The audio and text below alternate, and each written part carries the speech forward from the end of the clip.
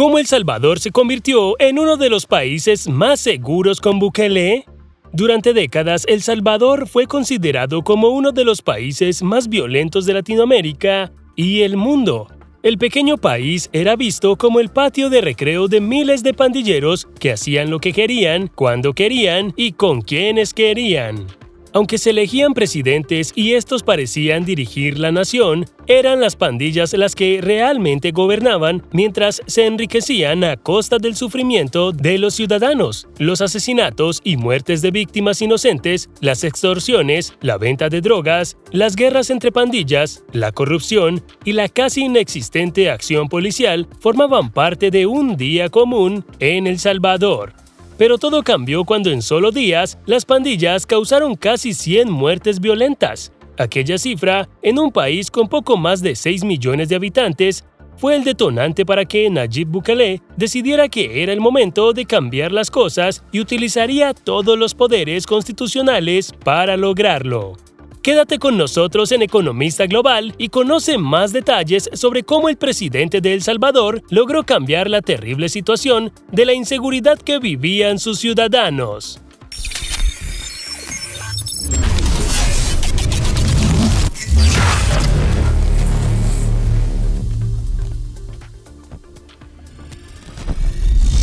Actualmente, pareciera que El Salvador logró darle un giro de 180 grados a su terrible situación de inseguridad, lo que años atrás habría parecido imposible porque el problema era demasiado grande, tan grande que requería de medidas muy drásticas que entraban en una zona gris que pocos líderes se atreven a tocar, por miedo a la desaprobación, tanto interna como externa. Pero Nayib Bukele no tuvo miedo y gracias a eso El Salvador dejó de ser lo que era. ¿Cómo era El Salvador? El Salvador era un centro de mando para las pandillas, el patio de recreo para realizar brutales y despiadadas acciones en contra de sus rivales y la población inocente. Los tiroteos en público eran cosa del día a día. Miles de personas morían cada año por una bala perdida. La extorsión era parte del paquete y no solo para los comerciantes pequeños o grandes. Dependiendo de la zona y de la pandilla local, hasta un ciudadano común debía pagarles por protección. Y si no lo hacían, debían irse o de lo contrario, eran brutalmente asesinados. Era una realidad que consumía la vida de los salvadoreños. Si bien las leyes del país se discutían entre legisladores, la ley en las calles se regía con el amenazador mensaje de las pandillas: mira, escucha y cállate. El dominio de las pandillas asfixiaba la economía del país. La mayoría de la gente que podía huía, provocándose fuga de cerebros y de capitales. Los que se quedaban tenían muy poco y de ese poco debían sacar para pagarle a los pandilleros. Pocos negocios se abrían, menos sobrevivían. La inversión extranjera era inexistente. ¿Y el turismo? Era una palabra casi desconocida en el lugar. Y es que, ¿quién en su sano juicio querría ir a vacacionar a un lugar controlado por pandillas despiadadas? Así fue El Salvador, hasta finales de marzo del 2022. Días oscuros impulsan el cambio de Bukele. Durante el 25 y el 26 de marzo del año pasado, las pandillas salvadoreñas acabaron con la vida de casi 100 personas. Solo en el día 26, murieron 62 personas en un tiroteo indiscriminado. Bukele explotó al día siguiente y tomó una medida que sigue siendo criticada hasta el presente. Declaró el estado de emergencia en el país. Este régimen de excepción suspende derechos establecidos en la Constitución, como el de la defensa y el de la privacidad en las telecomunicaciones, mientras que elevaba la detención administrativa, pasándola de 3 días hasta los 15. Además, Bukele le ordenó al ejército salir a las calles para arrestar a las pandillas, y para sorpresa de todos, los militares hicieron exactamente lo que se les fue pedido. No solo arrestaron a unos cuantos pandilleros de bajo nivel o a algunos líderes poco importantes para tomar fotografías y dar ruedas de prensa demostrando el esfuerzo del Estado. No, realmente fueron a atrapar a todos y cada uno de los criminales peligrosos del país, los cuales fueron sorprendidos con una medida antes inimaginable y quedaron atrapados. Fueron perseguidos, sitiados y arrestados, aunque, obviamente, Muchos se resistieron y cayeron abatidos en enfrentamientos que probablemente algunos inocentes terminaron involucrados. Miles de criminales fueron arrestados en cuestión de meses, por lo que se requirió un lugar en donde retenerlos como prisioneros. La cárcel más grande de Latinoamérica. Bukele había declarado la guerra a las pandillas, pero necesitaba un lugar en donde mantener a sus prisioneros. Por ello, ordenó la construcción de un megacentro penitenciario. Sus funcionarios se pusieron manos a la obra y en tiempo récord lo construyeron en Tecoluca, a más de 50 kilómetros de San Salvador, la capital. Este centro que recibió a sus primeros 2,000 huéspedes en febrero pasado.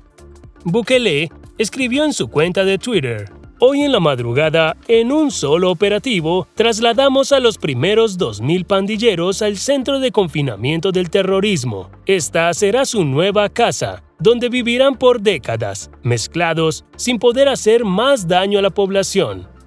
El centro tendrá capacidad para albergar unos 40,000 reclusos en total. Para ello, contará con 8 edificios y en cada uno habrá 32 celdas. Cada una de estas celdas tendrá capacidad para 100 prisioneros y estarán equipadas con solo 2 retretes y 2 lavados.